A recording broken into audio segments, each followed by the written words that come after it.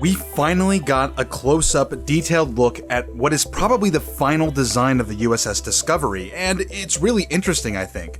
It looks a lot better and more well-designed than it did the last time we saw it. And of course, we've got these huge gaps in the saucer. Actually, what we seem to have is less of a saucer and more of a sphere surrounded by two rings. And I think a lot of fans might be scratching their heads about this. What's the point of this? And I think I have a pretty good answer for it. See, saucers have a ton of floor space for every deck, but like we see with the original Enterprise, only the rooms on the very edge of the saucer get windows in the wall. From a production standpoint, windows are a perfect way to communicate scale and to make your ship look like a place where people actually live and work, but the saucer design isn't really the absolute best design for windows. The Enterprise D adds lots of windows to the saucer by putting windows in almost every external floor and ceiling. The NX class similarly has lots of floor and ceiling windows, probably merely to add more windows. Okay, so we want to add more windows to a saucer. Well, instead of putting windows just anywhere, maybe the design of the saucer needs to be changed to reflect that. So what are the options?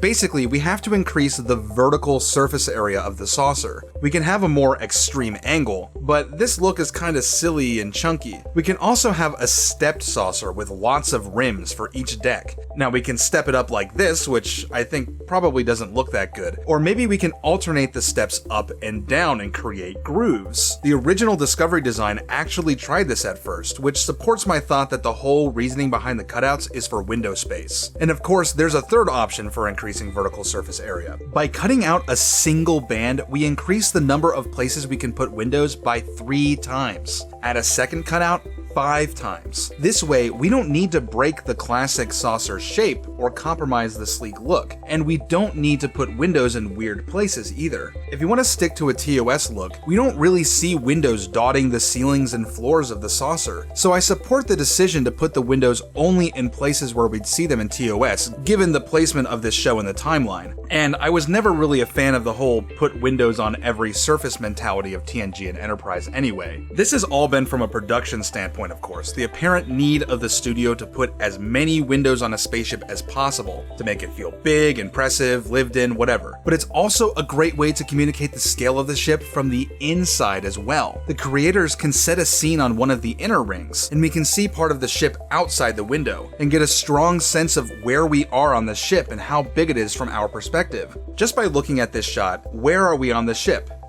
Here? But on the Discovery, depending on what we see outside the window, we might be able to fairly confidently place the scene. And that's just because the window geography, as it were, is more defined and varied on the Discovery. Now, from an in-universe standpoint, it's not particularly the most logical thing. Windows wouldn't be as cool to have in deep space as we imagine they'd be.